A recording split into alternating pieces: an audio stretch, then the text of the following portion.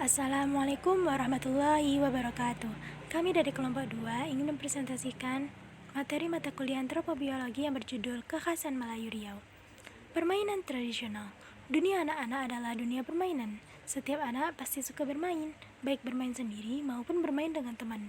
Dalam bermain, ada yang menggunakan alat bantu, ada juga yang tidak. Menggunakan alat musik bantu, dan ada juga yang cukup menggunakan anggota tubuh. Dalam dunia permainan, ada yang disebut dengan permainan tradisional, dan ada juga yang digolongkan ke dalam permainan modern.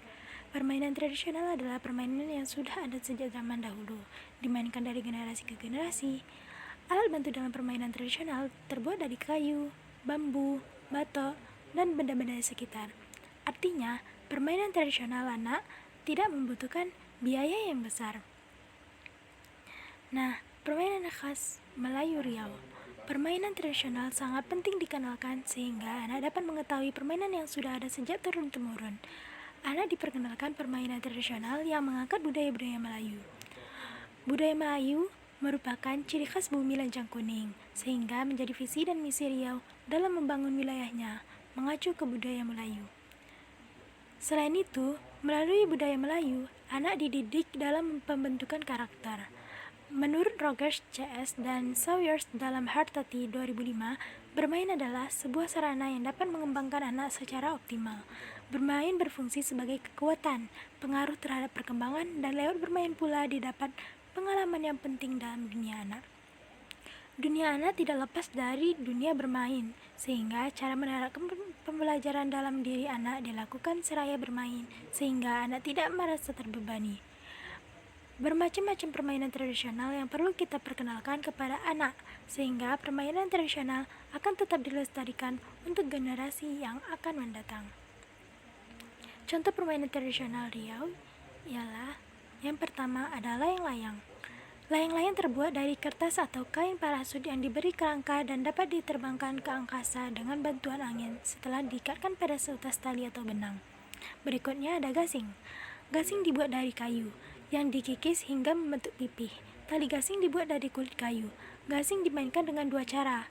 Yang pertama yaitu gasing pangkah, yaitu dimainkan dengan melemparkannya supaya mengetuk gasing lawan. Sedangkan gasing uri dipertandingkan dengan menguji ketahanan gasing berputar. Yang ketiga ada lulu Cina buta. Permainan lulu Cina buta paling sedikit diikuti oleh 3 orang anak dan bisa pula sampai 6 orang anak loh. Untuk menentukan siapa yang jadi buta, maka diadakan terlebih dahulu hompimpa. Yang kalah dalam hompimpa, ia akan menjadi si buta. Berikutnya ada galah panjang. Galah panjang adalah sejenis permainan tradisional yang dimainkan di atas gelanggang yang dibuat mengandungi 2 lajur dan beberapa baris bergantung kepada bilangan pemain. Selain 4 itu, ada lagi loh permainan tradisional khas Riau, yaitu bakia atau terompa panjang, tali merdeka, congkak, engrang atau esi tinja atau kaki anggau, ligu, meja pari, estata, peta umpet, tarik tambang, benteng, boy-boyan, kelereng, dan gatrik. Makanan khas Riau. Pada umumnya, masakan khas menjadi makanan sungguhan harian di rumah tangga, kedai, restoran, rumah makan, dan hotel.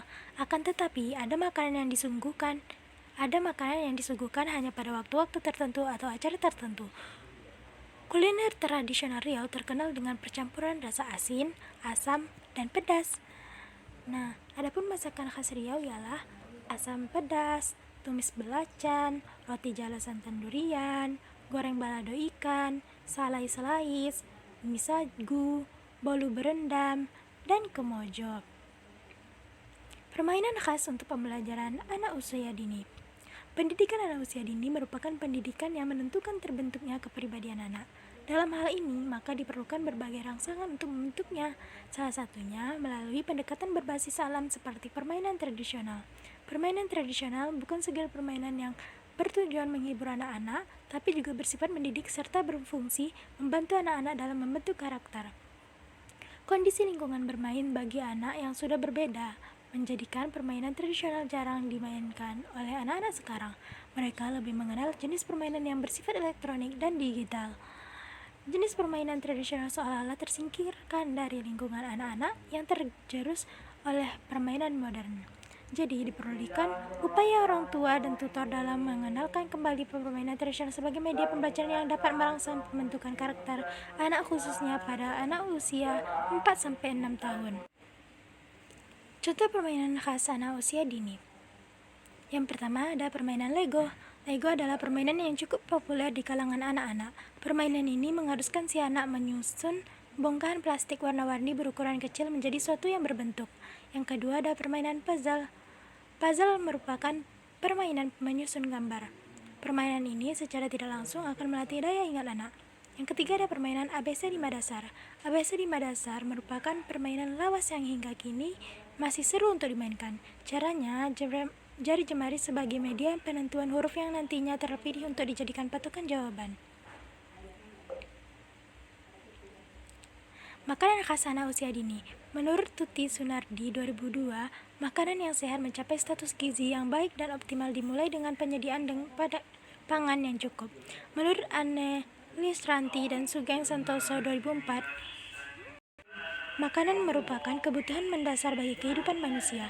Makanan yang dikonsumsi beragam jenis dengan berbagai cara pengolahannya.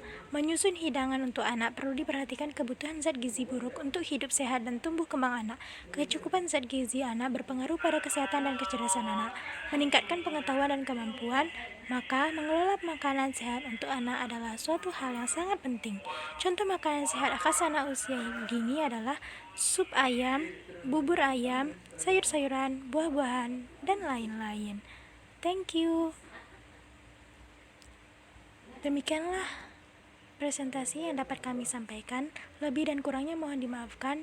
Wabillahi taufiq wal hidayah. Wassalamualaikum warahmatullahi wabarakatuh.